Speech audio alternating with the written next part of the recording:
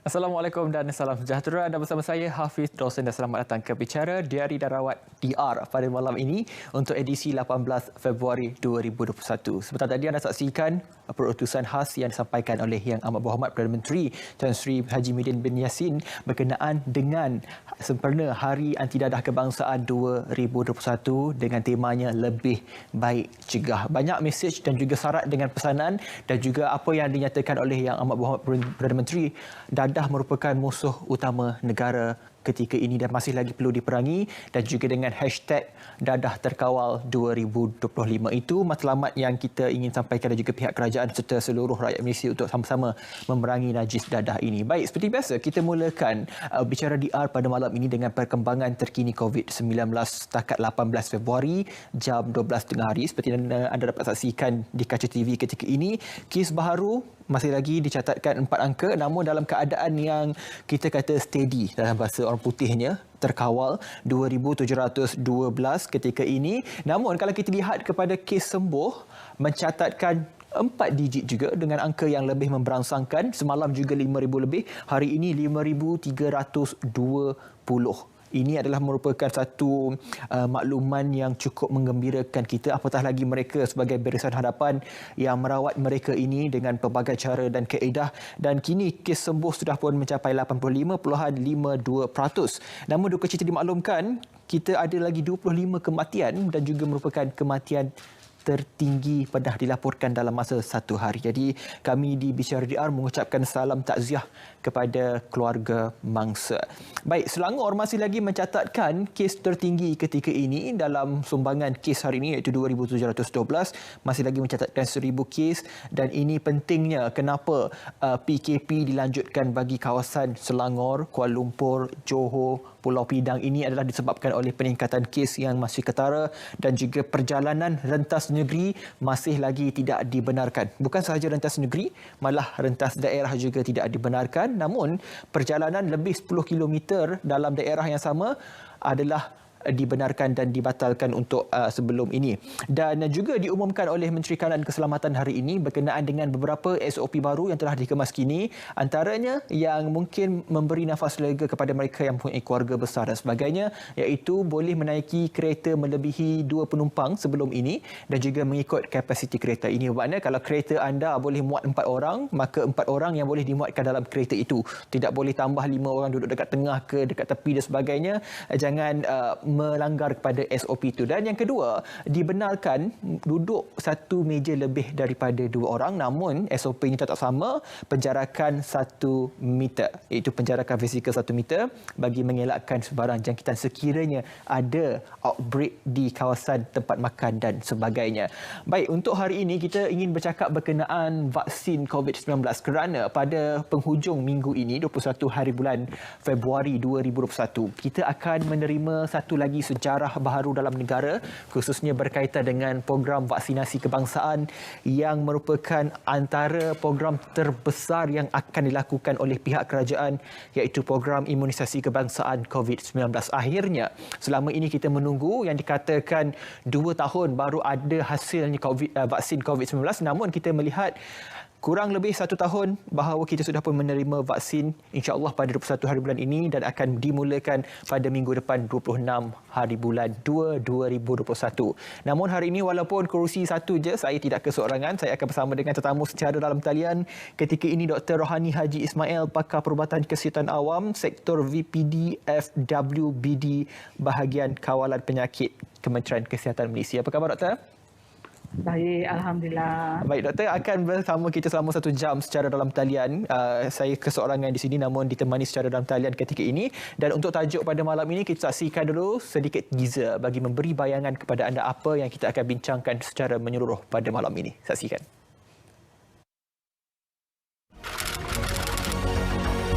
Tiba masanya untuk mendaftar bagi mendapatkan vaksin.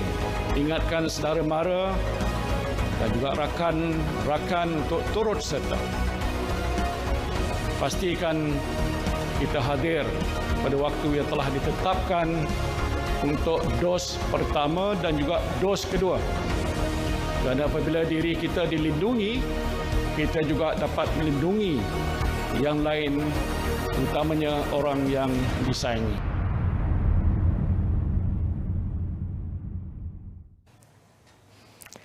Baik, itu sedikit sebanyak gambaran dan juga teaser berkaitan dengan tajuk yang kita ingin bincangkan pada malam ini berkenaan dengan vaksin COVID-19. Adakah anda sudah bersedia untuk menerima suntikan vaksin COVID-19 yang selama ini banyak perbalahan, polemik, perbincangan dalam kalangan rakyat biasa dan juga sehingga kepada peringkat atasan bagaimana kita ingin memberi suntikan ini supaya mereka faham dan jelas berkenaan dengan program ini.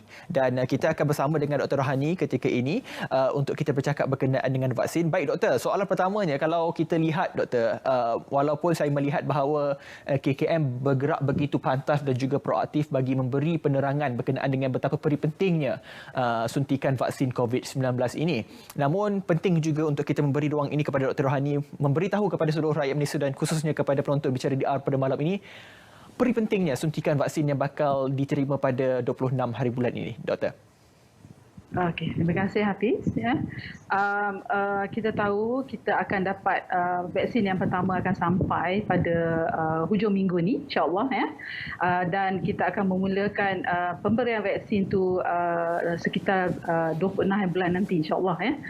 Jadi vaksin ni saya menuruti kita punya sejarah tentang vaksin ya, sebab vaksin ini namanya adalah Vaccinus, diambil daripada Greek Latin Vaccinus, iaitu berkenaan dengan lembu ya.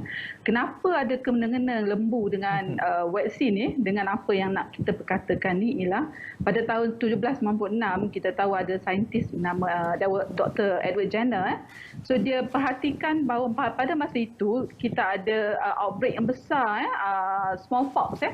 Jadi menyebabkan berjuta-juta kematian. Jadi pada masa itu dilihat gadis pemberah susu lembu ni dia yang dapat kita panggil cacar lembu ya.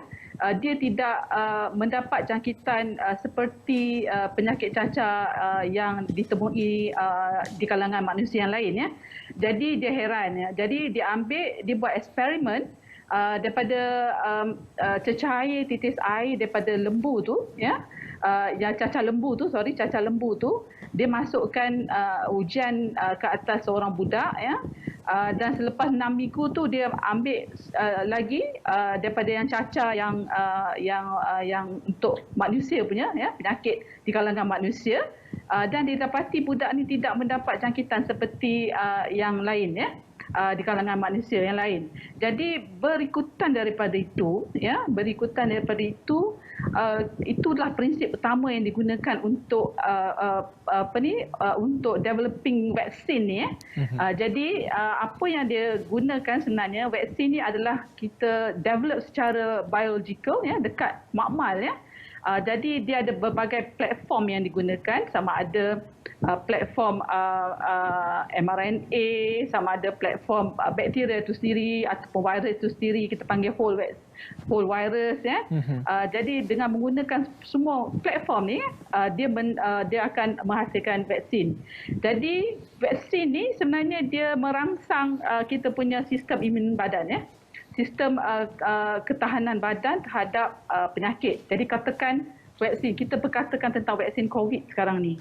Jadi bila kita ambil sebahagian daripada kita panggil entiti vaksin tu sendiri ya, daripada protein dia ke ataupun RNA dia kan, daripada vaksin tu, daripada virus tu sendiri yang kita inactivated atau kita bunuh dia dulu kan, dan kita jadikan dia sebagai untuk merangsang badan kita untuk mengeluarkan antibody ya.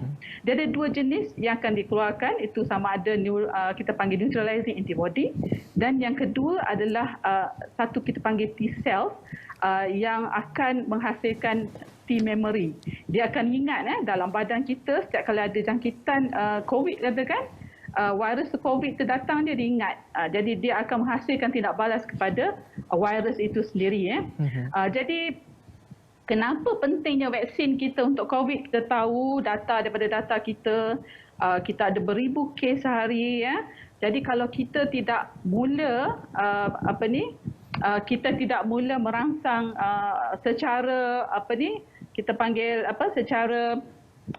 secara kita memberi rangsangan untuk tubuh kita untuk menghalang vaksin ni daripada menyebabkan kita mendapat jangkitan yang teruk. Jadi kita tidak akan dapat akhirnya kita akan terdapat akan banyak kes ya. So dalam komuniti katakan akan mendapat beribu-ribu kes ya. Jadi itu sebab pentingnya vaksin ini diberi ya, supaya salah satunya adalah kita dapat create that herd immunity. Herd immunity adalah immunity kelompok ya, supaya kita dapat menghentikan transmisi di kalangan penduduk kita sendiri. Jadi panjang juga tu nak cerita pasal vaksin saja.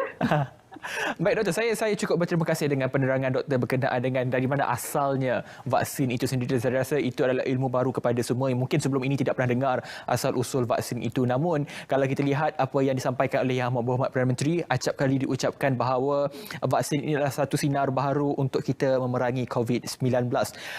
Baik doktor, kita melihat bahawa Yang Berhormat Perdana Menteri telah melancarkan buku panduan imunisasi COVID kebangsaan 2019 dan juga wujudnya jawatan kuasa khas akses vaksin JKJAV ini yang dipengerusikan oleh Datuk Seri Dr. Adam Baba dan juga Menteri MOSTI YB Khadijah Jamaluddin. Dan kita percaya bahawa dalam dunia ini ada berpuluh-puluh malah ratusan vaksin yang telah dihasilkan. Namun yang sering disebut adalah Pfizer, BioNTech, kita ada AstraZeneca, Oxford dan sebagainya. Dalam konteks Malaysia yang kita akan bercakap pada 21 hari bulan ini, apakah vaksin yang diterima untuk fasa pertama yang difahamkan ada 1 juta dos yang akan mendarat di bumi Malaysia nanti? Mungkin doktor boleh ceritakan apakah vaksin yang kita terima ini dan adakah vaksin lain juga akan diguna pakai untuk program ini, doktor? Okey, vaksin yang kita akan terima ni adalah vaksin Pfizer BioNTech ataupun nama dia, kita ada nama vaksin ni Comirnaty Comirnaty. Jadi vaksin ini saja yang pada masa ini yang telah mendapat kelulusan daripada pihak berkuasa kawalan dadah kebangsaan ya, dan kita dah daftarkan. Jadi kita ada juga beberapa vaksin yang lain yang kita telah pun membuat perjanjian awal ya untuk pembelian vaksin ini ya. Jadi JKJAV ni sebenarnya salah satu tujuannya adalah kita nak secure sebanyak mana vaksin untuk paling kurang 70% daripada populasi yang layak supaya kita dapat create that herd immunity ya.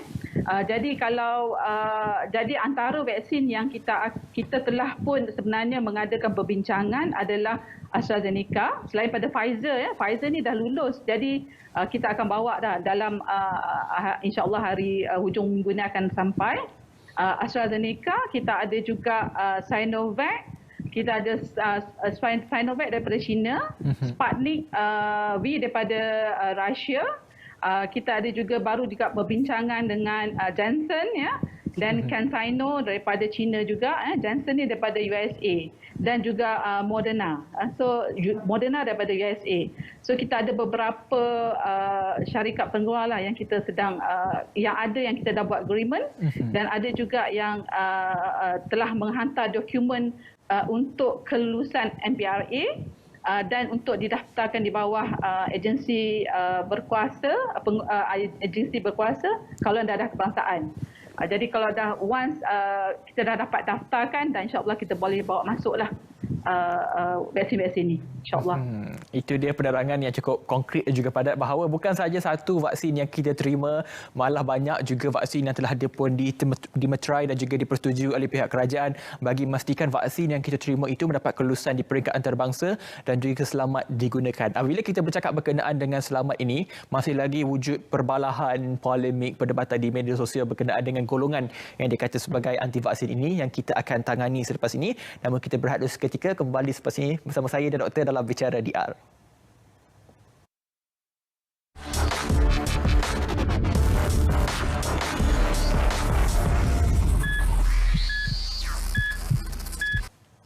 Baik, bertemu kembali dalam Bicara DR, masih lagi membincangkan berkenaan dengan vaksin COVID-19. Adakah anda masih bersedia dan juga berkenaan dengan penerimaan dan juga suntikan vaksin COVID-19 yang akan bermula pada bulan ini. Dan insya-Allah program ini akan berjalan daripada bulan Februari 2021 sehingga Februari 2022 tahun depan, yang menyasarkan 80% rakyat Malaysia akan disuntik. Baik, tadi saya sebelum berehat saya bercakap dengan doktor berkenaan dengan keselamatan dan sebagainya, dan ianya diperakui bahawa selamat oleh NPRA di peringkat kebangsaan berkenaan dengan penggunaan vaksin. Namun doktor, masalahnya ketika ini kalau saya lihat di media sosial, warga maya ini sering menyebut dan juga segolongan yang anti vaksin ini mengatakan bahawa vaksin ini ada microchip, ada suntikan daripada haiwan dan sebagainya. Ini merupakan satu pandangan yang tidak berasas, pastinya memberi bebanan tugas kepada KKM untuk menjelaskan perkara ini. Namun dalam kapasiti doktor sendiri sebagai individu yang bertanggungjawab, apa peranan doktor dan juga pesanan kepada mereka yang takut lagi dan juga sukar untuk mempercayai bahawa vaksin ini selamat untuk kita terima nanti?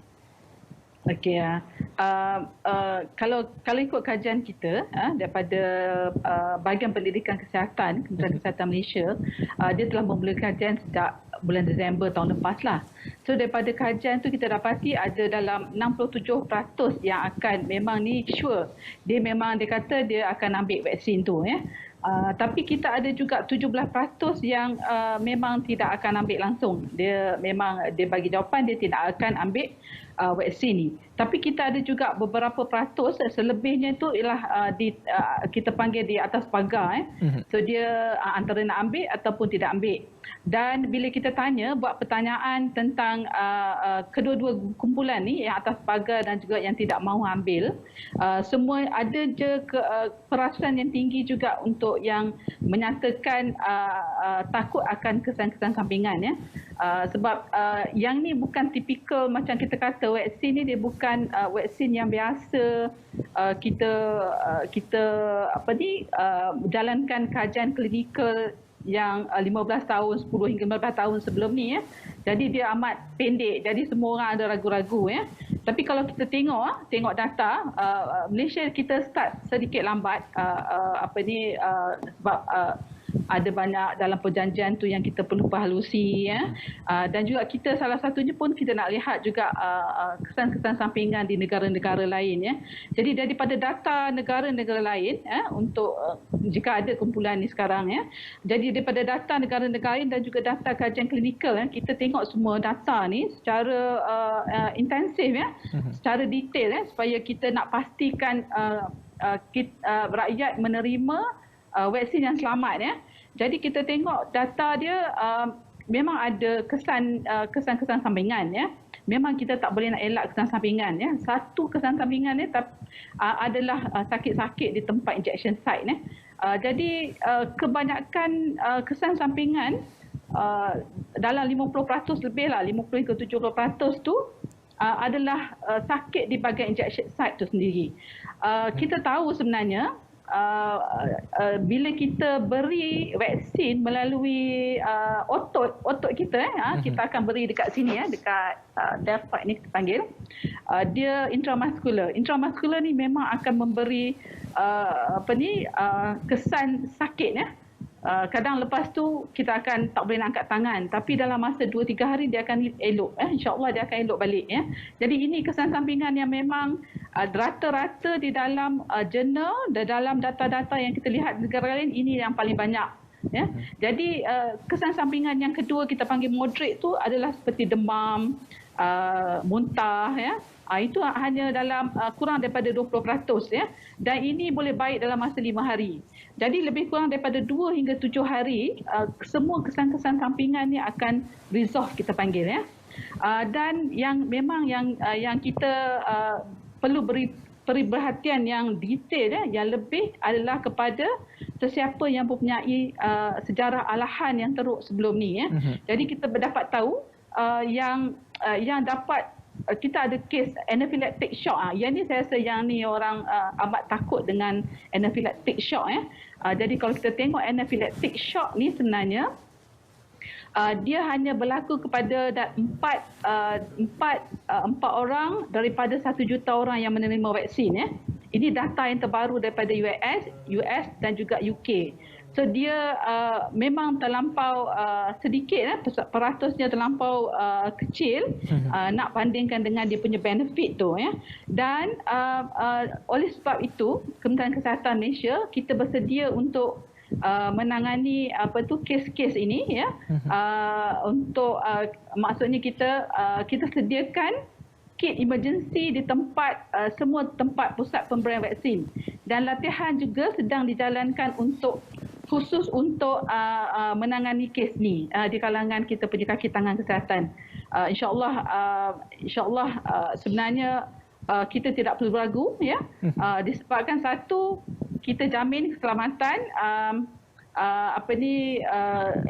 kita nak meluluskan sesuatu vaksin tu perlu melalui penilaian yang ketat, dan yang kedua kita juga bersedia di lapangan ya untuk menghadapi kes-kes sebegini.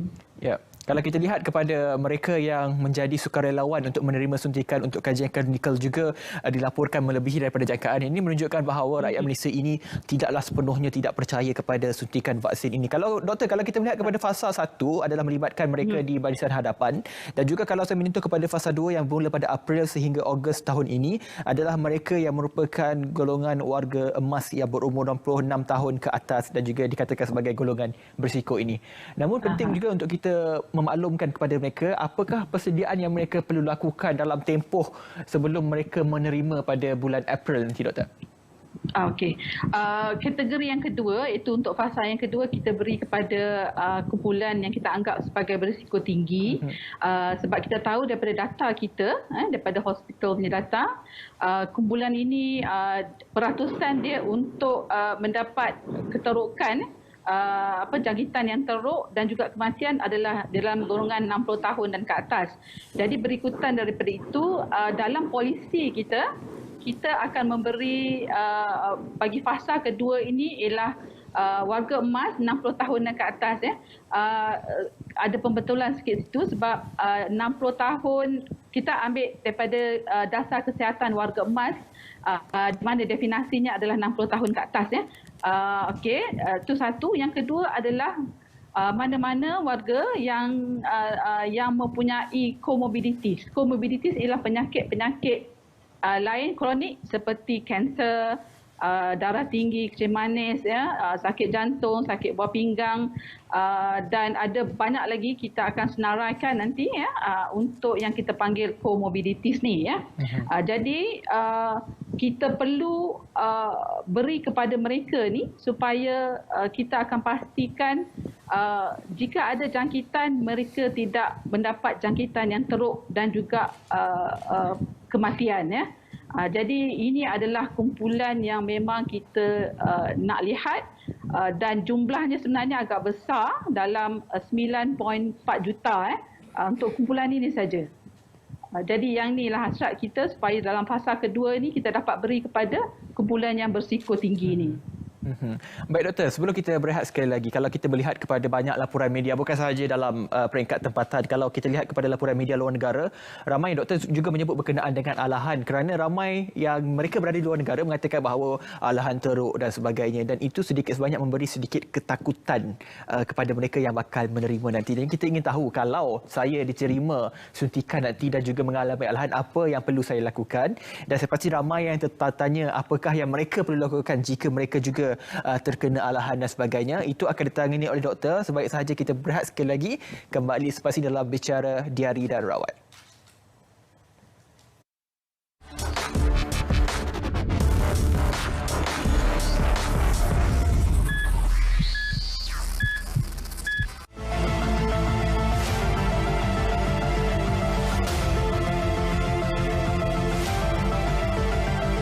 Setakat ini kita mensasarkan sekurang-kurangnya 70% daripada penduduk Malaysia menerima vaksin ini untuk mencapai imuniti kelompok ataupun herd immunity yang saya sebut tadi. Dengan sasaran ini bermakna kita perlu memperolehi vaksin sehingga mencapai 23 juta jumlah penduduk Malaysia.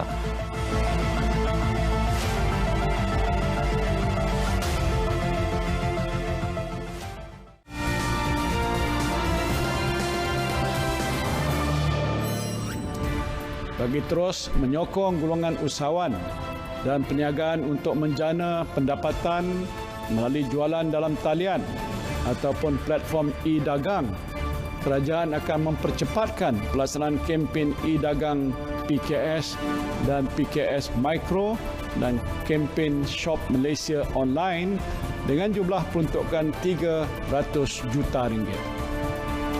Melalui kempen tersebut, usahawan mikro akan mendapat bimbingan perniagaan dan pembeli akan menikmati penjimatan melalui jual beli secara dalam talian.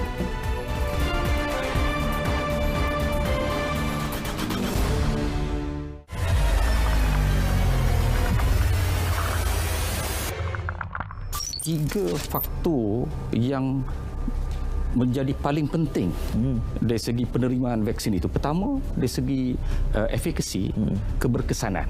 Jadi, vaksin itu mestilah berkesan. Okay. Kita tak mahu beli ataupun jab cucuk rakyat kita sesuatu yang tidak berkesan. Yang kedua, dari segi selamat. Vaksin itu mesti selamat. Kita tidak mahu vaksin yang dikenakan kepada rakyat menyebabkan berlaku kesan sampingan yang serius. Semua orang tahu dari segi apa-apa mana-mana proses vaksinasi dia ada kesan sampingannya. Yang kita tidak mahu adalah kesan sampingan yang memudaratkan, mengancam keselamatan nyawa dan kesihatan jangka panjang rakyat kita sendiri. Jadi faktor utama adalah dari segi keselamatan. Maknanya dari segi kalau ada pun kesan sampingan ia tidak memudaratkan. Dan yang ketiga adalah dari segi stability. Ia perlu stabil. Kita tak mahu vaksin itu masa kita beli dia okey, tetapi oleh kerana masalah handling dan sebagainya dia tak lama kemudian dia hilang keberkesanannya, dia mesti boleh bertahan untuk tempoh masa yang lama.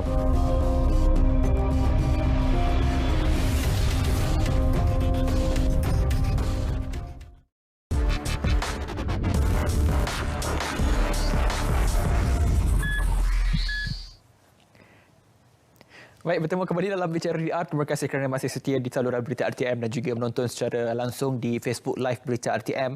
Doktor, walaupun kita jauh, teknologi tidak memisahkan kita.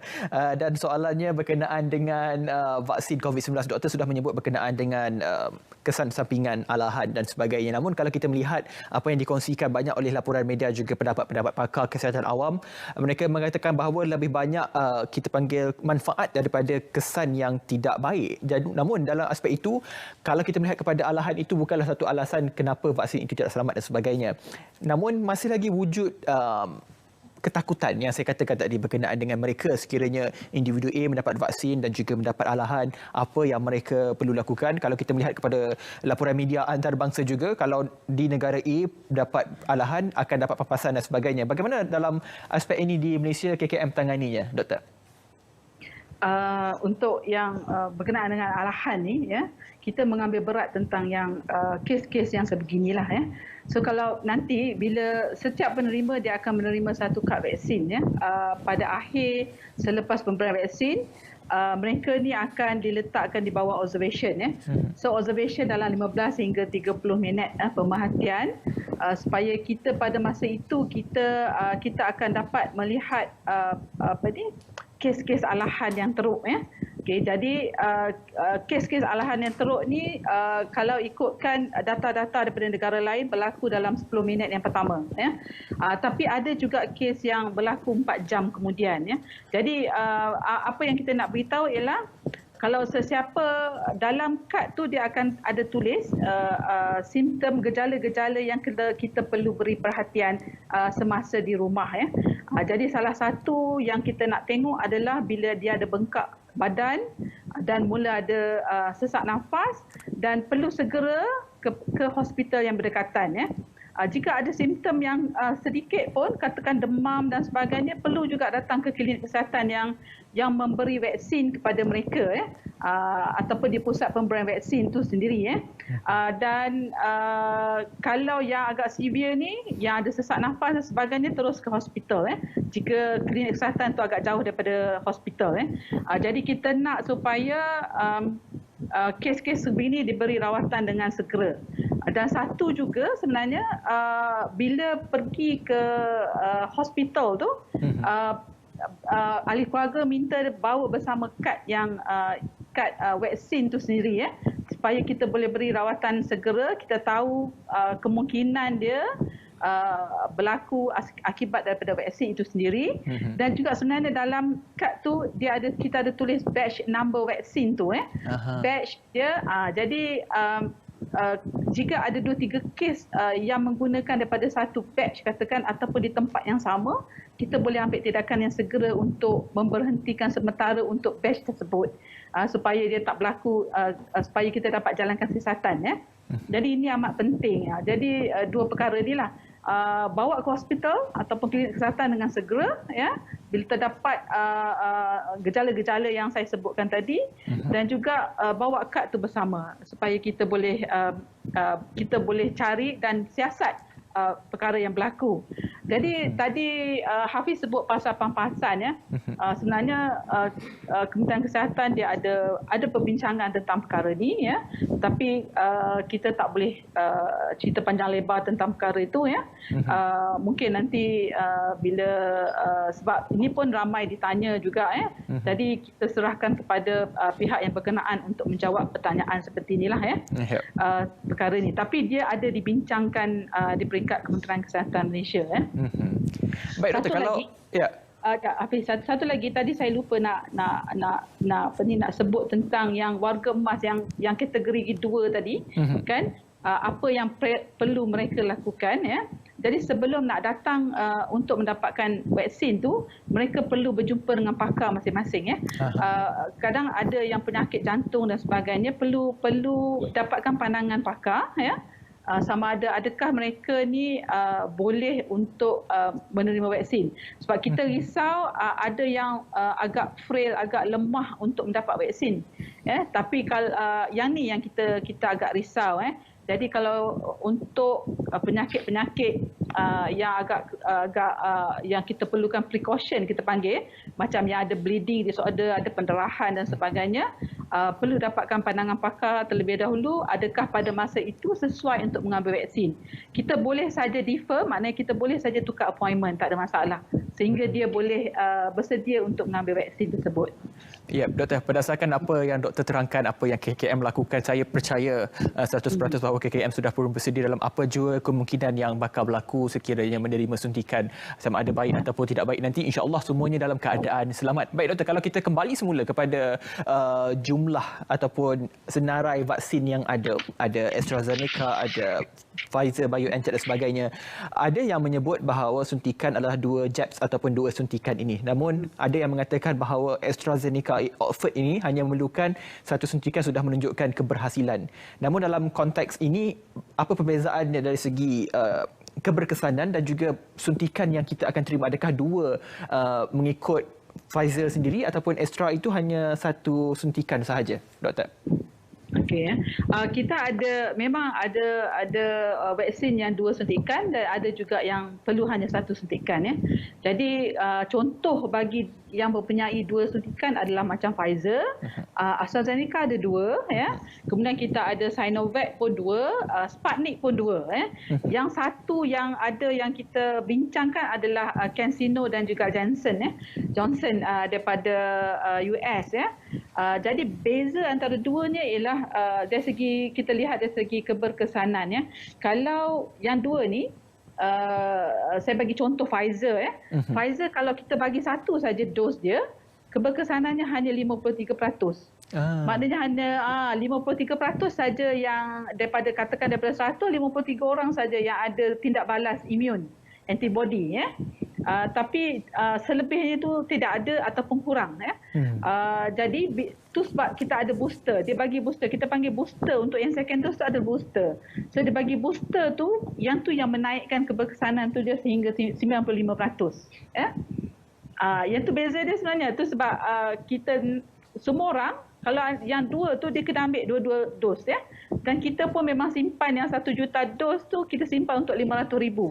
Kita tak ada juga yang menyatakan kenapa kita tak ikut UK 1 juta tu kita bagi dulu population kita 1 juta. Tapi masalahnya kita tak tahu consignment yang kemudian tu adakah sampai tepat pada 21 hari selepas tu. Jadi kalau lambat kita takut dia punya tindak balas tu dia jadi kurang Okey, tempoh yang dilakukan untuk satu suntikan kepada satu suntikan itu berapa lama yang diambil? 21 hari untuk 21 hari. Pfizer. Kalau untuk AstraZeneca 28 hari. Oh. Jadi kita ambil macam day 22, tapi kita boleh bagi ruang sikitlah sampai ikut Pfizer sampai 41 hari kita boleh bagi ini. Tapi kita nak kita punya populasi kita ambil ikut masa dia, sebab kita bagi appointment ikut masa, ya. Dan juga kalau macam AstraZeneca dia boleh sampai 12 minggu selepas tu.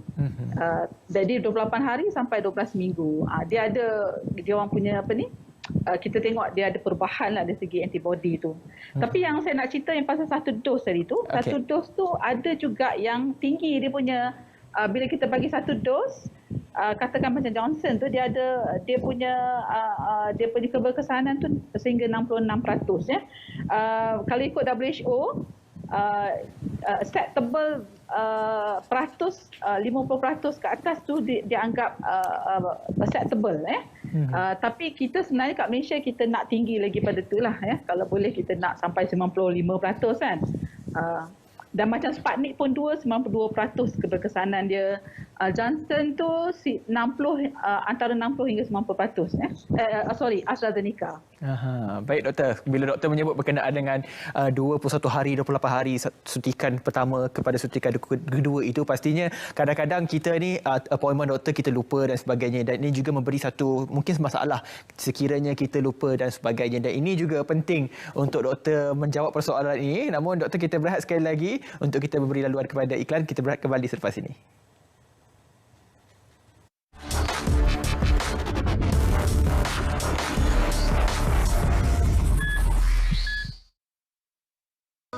Musim COVID-19 ini, Mira pun tak terkecuali daripada patuh arahan kerajaan.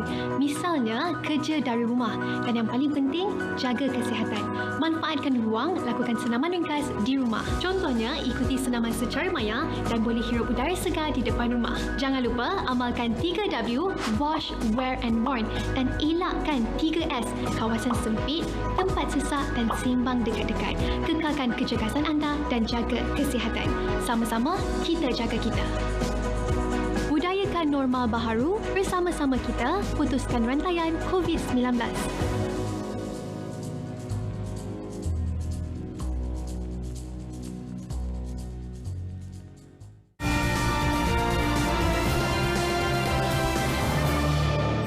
Kerajaan telah memberikan potongan cukai khas kepada syarikat yang memberi pengurangan sewa premis perniagaan sekurang-kurangnya 30% mulai 1 April 2020. Tempoh potongan khas ini juga akan dilanjutkan sehingga 30 Jun 2021. Selain itu, pembangunan sumber manusia berhad akan mengecualikan levy majikan bagi syarikat yang tidak dapat beroperasi semasa tempoh PKP dan PKPB.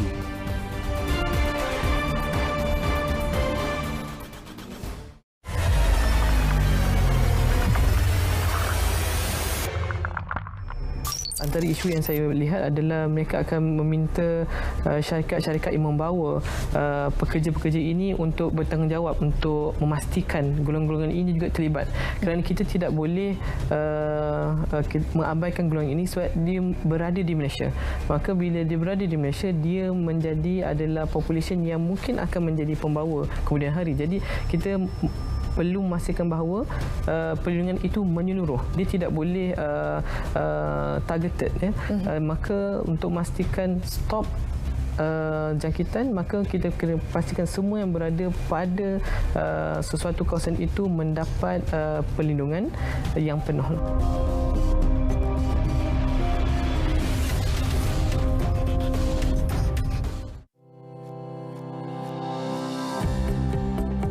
Hai, saya Watson Sim, perenang kebangsaan. Disebabkan COVID-19, saya tidak dapat berlatih. Tapi saya gembira kerana tidak lama lagi kita akan dapat vaksin. Namun saya terdengar ada juga yang takutkan vaksin. Jangan percaya kabar angin. Dengarlah nasihat pakar kesihatan. Vaksin bukan sahaja untuk diri kita, tetapi untuk yang tersayang. Lindung diri, lindung semua.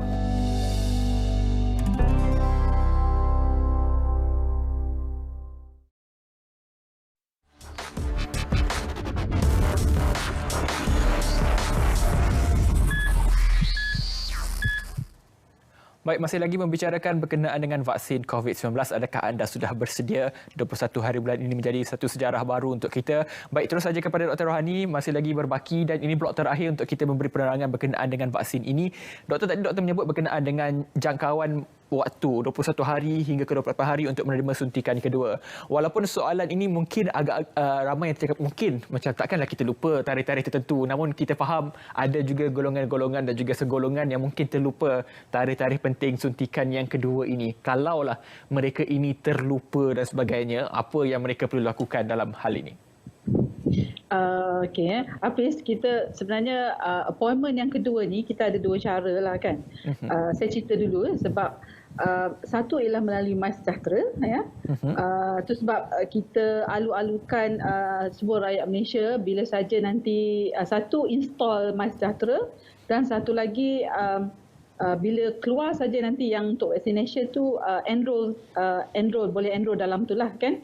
Jadi semua penerima ni ya, penerima vaksin ni nanti dia akan diberi appointment kedua secara automatik. Ya, maksudnya kan kita dah kira siap-siap dalam MySejahtera tu 21 hari.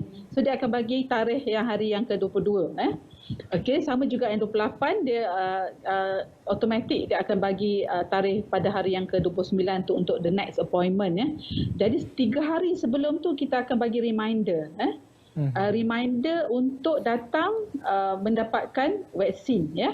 Okey. Itu yang pertama. Jadi kalau kita tak boleh datang pada masa yang ditentukan oleh di dalam MySejahtera tu ya, kita boleh tukar appointment di situ. Dalam MySejahtera sendiri kita tukar appointment ya. Okey. Itu yang pertama. Yang kedua, kita tahu ada juga yang tidak dapat install MySejahtera dan tak dapat guna dalam ada banyak masalah. Kita pun tahu ada yang tak ada internet dan sebagainya dan tak ada yang Android phone dan sebagainya. Apa yang boleh dilakukan ialah bila kita tak dapat datang pada hari itu, maklum kepada tempat pusat pemberian vaksin tu katakan satu klinik kesihatan klinik kesihatan cerah saya katakan. Jadi maklum telefon ataupun pergi kat situ untuk tukar appointment secara terus jadi boleh pilih time mana yang dia available untuk dapatkan appointment dia, the next appointment. Kita bagi hanya macam Pfizer ni hanya bagi 41 hari. Jadi selepas 41 hari tu dia tak datang juga dan dia dikira tidak perlu ambil untuk yang second dose lah ya. Jadi salah satu pun sebab kita buat macam tu ialah supaya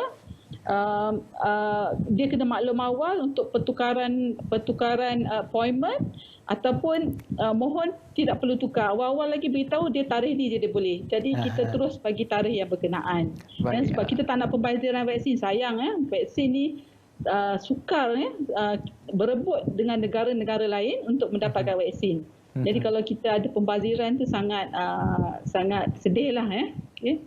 Itu cara dia lah appointment. Ya, Doktor, baik, berbaki seminit dua ini untuk Doktor memberi rumusan dan juga pandangan dan juga serta makluman kepada orang ramai berkenaan dengan, kadang-kadang ramai juga mendapat maklumat palsu berkenaan dengan vaksin ini sehingga ada yang mengatakan vaksin ini dijual sedangkan ianya diberi secara percuma. Dan di manakah sumber dan juga laman web sahihnya untuk kita mendapatkan maklumat penuh berkenaan dengan vaksin COVID-19 ini?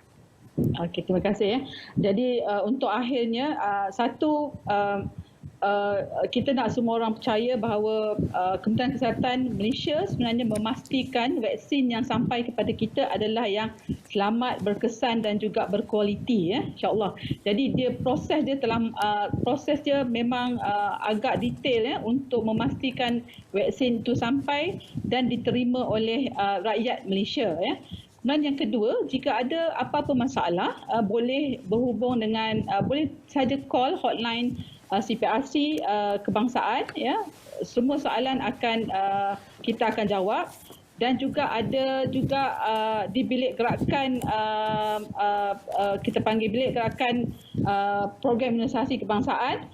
Di Mosti dan juga di kawalan penyakit di bahagian kawalan penyakit kita ada dan juga kita ada melalui email juga. Jadi kita ada terima banyak email untuk kita memberi jawapan. InsyaAllah setiap soalan kita akan jawab dengan segera dan juga di jabatan-jabatan kesihatan negeri dan juga pejabat kesihatan daerah. pun boleh berhubung di CPRC ataupun bilik gerakan di tempat-tempat yang saya sebutkan tadi.